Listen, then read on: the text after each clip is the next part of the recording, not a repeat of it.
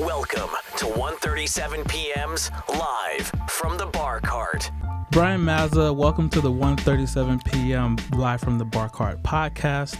I'm your host, JJ McCorvey. I'm senior editor at The Grind, where we feature young men who are navigating the world of business and entrepreneurship. Brian, how's it going? How you doing? I'm good. How are you? I'm great. Feeling good. Speaking of entrepreneurship, I just got about 45 emails in my inbox from the time we left Manhattan to get here. Yeah. So there you go. Can you tell me what one of them said? Times about opening the properties for World Cup. Tell me what that Since the games are is. in, they're in Russia, so the time difference is obviously not in the favor of a bar owner. The previous World Cup in Brazil, it was, so the times were more aligned on the East Coast with us. So the games are 6 a.m., 8 a.m., I think 10, 12 too. So we're just, we have multiple properties. The Ainsworth brand has a bunch of properties in New York City, Jersey, and elsewhere. So we're just figuring out right now. Try to how to align and get just more for foot staffing traffic. Purposes, cost of doing business and everything. It's not just, hey, let's just open and hope people come. Yeah. So we're just having internal discussions. Cool. Now about it, but we've been discussing it for a while. But now everyone's digging into it a little bit more. Yeah, but a good time to be doing that beforehand. Not when should have been done last week. So I'm very interested in your career, Brian. You have accomplished a lot at a young age. You're what, 33? Yes, 33. Okay. And you're already president of the Paige Hospitality Group, which owns the Ainsworth restaurant, as you mentioned, Ainsworth franchise.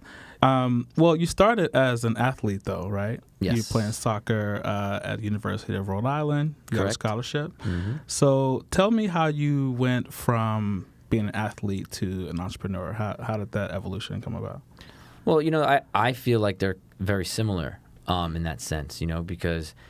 Well, especially if you play an individual sport, you have to really rely on yourself and grind until you can get to a level of being an entrepreneur that you have to rely on a team. Right. But being an athlete, there's so much work and dedication that goes into being successful, winning a championship or making the team or, not starting and then trying to come back and start the next season, which I was talking to my intern, Benny, about, what he's going through right now and everything, right? So you have to do everything possible in life, if you're an athlete or an entrepreneur, to dictate what you want to get done. Which I was talking to him yesterday. It's that don't go into next season don't give anyone next season an opportunity to say, well, you didn't do that, so you're not going to start or play.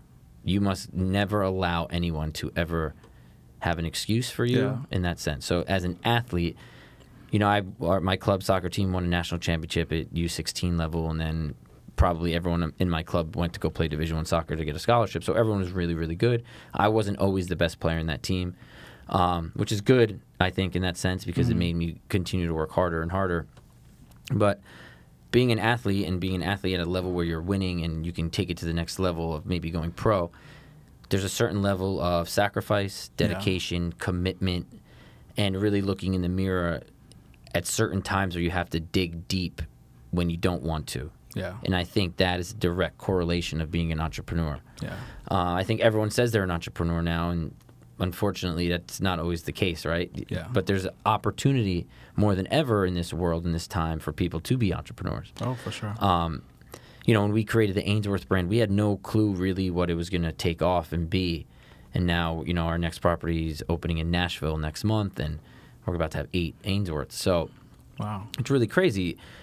But every day is something different, and it's not picnics and high fives every day. It's a struggle. It's a grind.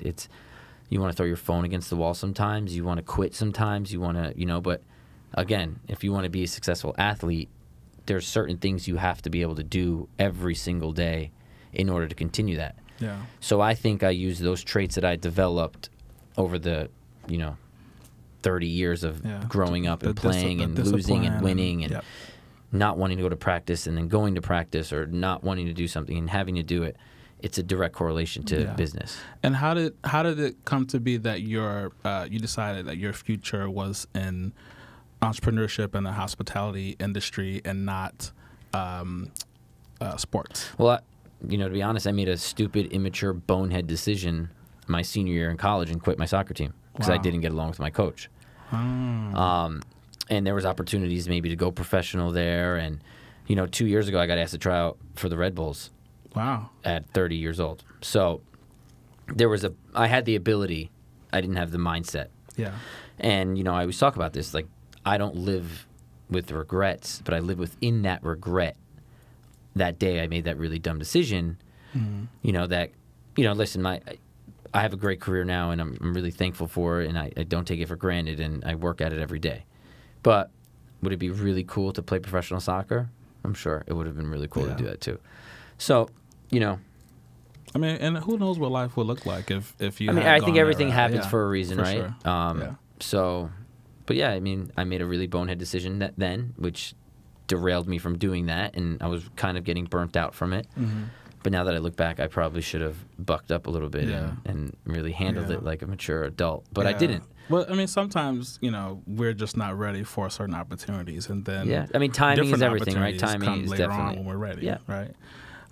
So you're in college, you leave school. So I leave school, and then I get into women's fashion. I had an opportunity through my cousin to work at a showroom. Okay. So I did that. I was at the showroom called Michael Cohen Showroom. I was there for a month and then got laid off because the brand I was working with went under. Yeah.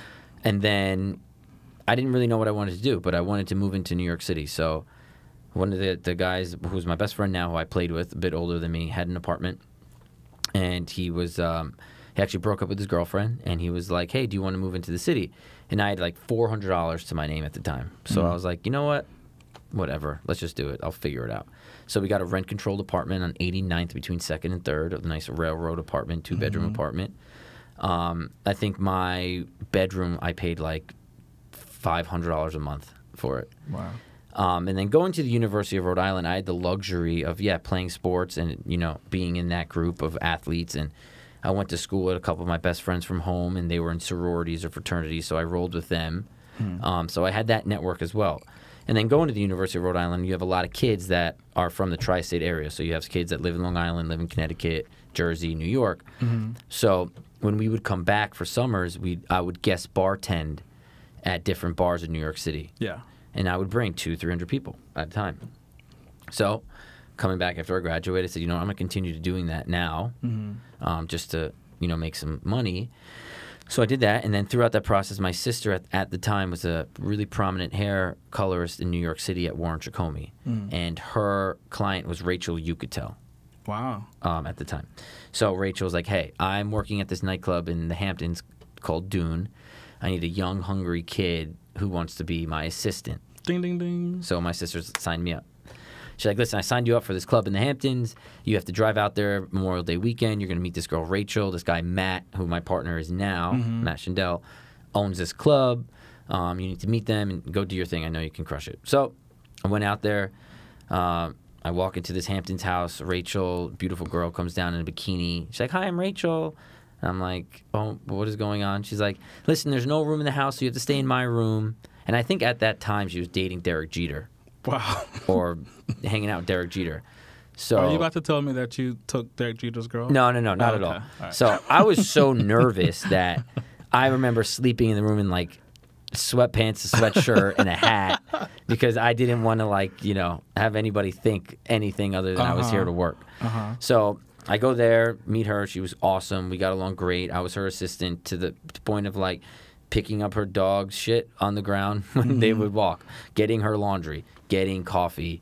It's kind of cool that we're doing this podcast right now because I was just talking to this guy from the Jordan brand who came in for some advice. And I said, when I first started, I did anything possible so everybody would remember me. Yeah. If it was like, really hey, I'm hungry, I'd be like, yo, I'll go out and get food for people. Yeah. Hey, I want to work out. Let's go. I'll do some workouts. Let's beast it. Hey, I want to play basketball. I'll play you one-on-one. Yeah. I want to play football. So I think you have to become different in any job you have. And also make yourself available, right? Exactly. Yeah. And so many people have egos that they won't do anything, but hey, I was out getting garbage, picking up garbage, doing anything anybody wanted me to do. Yeah. Hey, I need someone to paint the room. I'll paint it for you. Even if I didn't know how to do something, I figured it out. Right. So we did that, and then I met my partner Matt at the time, and I am a good athlete, so the next day after the first night of work, I was so enamored by the nightclub scene in the Hamptons. I mean, people are spending $10,000, $20,000, $30,000 on tables. Models are coming in. Leonardo DiCaprio's coming in reading a script. Jay-Z's coming. I mean, it was just like bonkers, right? Yeah. So the next day, I'm like, holy shit, what is going on here? And then my partner's like, hey, there's going to be a wiffle ball game. You know, you look like you're in pretty good shape. Do you know how to play wiffle ball? I'm like, yeah, I can play wiffle ball. So me and him murder it, and then me and him just hit it off. And throughout this process, I'm actually working at another clothing company as well. So I think I was making like $25,000 a year at that clothing company. In the Hamptons, I was making anywhere from like maybe $800 a night to $1,500 a night cash. Damn. And one thing that I've always done well that I've learned from my parents is hosting. And I think that's really important for everybody to... How did you... Because they would host dinner parties or if it was Christmas or Thanksgiving. And I try to really instill in the people that I hire with our properties or just anything in life. I think it's really good for people to know is you want people to walk into your home and be like, wow, it smells really nice. It's very clean. The food is great. The drinks are great. The music's awesome. I want to go back to Brian's house. Yeah. And I think that's, you know, you need to teach people that in hospitality. So I always knew that. I remember my dad, like, polishing the marble in the bathroom before, like, his brother would come over for Thanksgiving. Because he just wanted it to be nice, Create you know? a good experience. You know, my dad grew up in the Bronx, you know, in a one-bedroom apartment. So now that he had this house in Westchester, he wanted, you know, you appreciate things. So, you know, doing all that, I really try to teach that with everybody. So when I was just a host, I just really loved it. I loved people coming to the club, and I had the ability to make their night great. Yeah. So I would take them to their table and make sure they had the perfect real estate and make sure that their drinks were great. And I was meeting the most important people in the U.S. or the world that are in the Hamptons. Yeah. I mean, major people. And then, you know, we had this nightclub called Honey on 14th between 7th and 8th. And then we'll just fast forward for time purposes. And then, we have the next summer. And then, you know, Rachel wasn't there anymore, but this guy, Andrew Goldberg, who I think is probably the best host in the business. He's a partner at Marquee and Tao and everything. And hope Andrew's listening, but he taught me so much about the business. And then we'll fast forward again, and then it's the next summer. That's 3 summers about to approach. And Andrew and Rachel leave, and then I had the opportunity to run the show. And then I ran the show for 3 years. And then, you know, just the lifespan in nightclub business is really difficult. So then we transitioned out of that. And then that led us to 2009 when we created the Ainsworth. So we created the first real Sunday fun day for, you know, football in the city. What were some of those initial challenges, you know, with the first location? Like, what surprised you most about? I think it's really important, and I think for anybody in business, is to make sure your capital is correct and you have enough money to, you know, for a rainy day. So, you know, hurdles like that, you know, in the beginning of a business, you don't know what to really expect. I also we didn't expect the business to be that successful in the beginning. I mean, you have to be a little lucky sometimes too, right? So when we opened in 2009, you have the Yankees win the World Series, you have Alabama win national championship. We're an Alabama bar. We love the Yankees, so that was crazy. I think the Jets and the Giants both made it to AFC, NFC championship game, so that was pretty insane. And once we create this football party, I mean, I remember the Giants would have a game at 1 p.m., and they were at our bar at 5 p.m. Wow.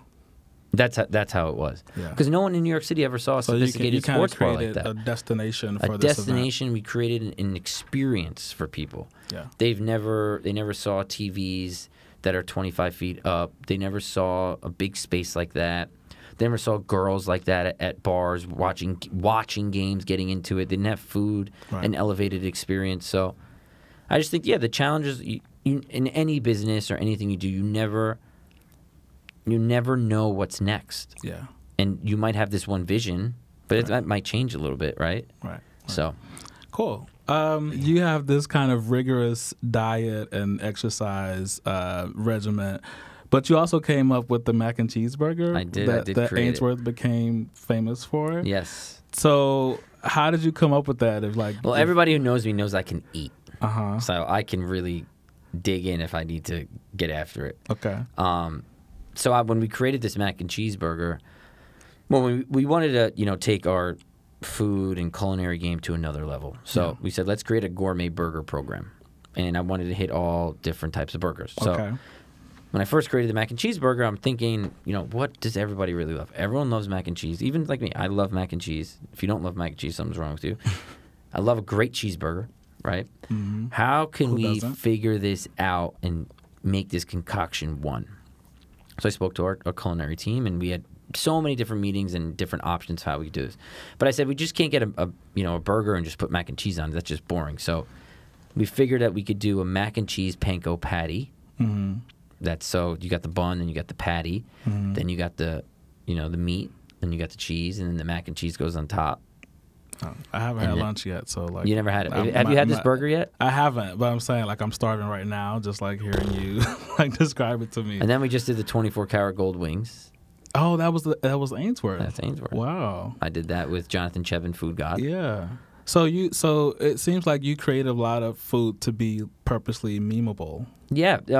Unfortunately and fortunately, you need to use social media these days to continue a brand, right? Yeah. I think that's just the day and age we live in. Yeah. You still need to provide that consistent experience as much as you can, but you need to do other marketing things in order to.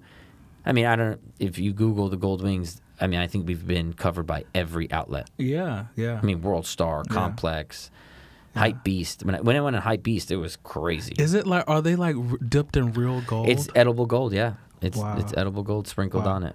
And how much does that dish cost? So you can get 10 for $45, 20 for $90, and then if you want to be the big boss in town, you can get the $1,000 package with 50 wings, $1,000, and a gold bottle of Ace of Spades. Wow, that's actually cheaper than I thought you were going to say. People have been doing it. It's been really crazy. Wow.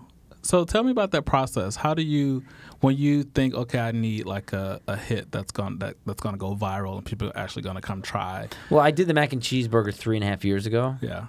And been riding that wave for a long time. Yeah. And then I think if you force things like that, it never works. Yeah. So because it looks obvious, like you're trying to get the attention. Exactly. You are trying to get attention, right? Yeah. And you want people to come in, but it has to happen organically.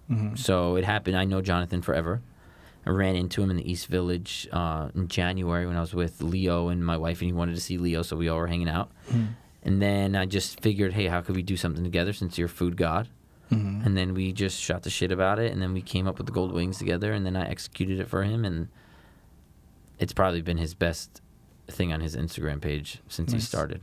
And you have a pretty large Instagram following. Personally, or the brand? You personally.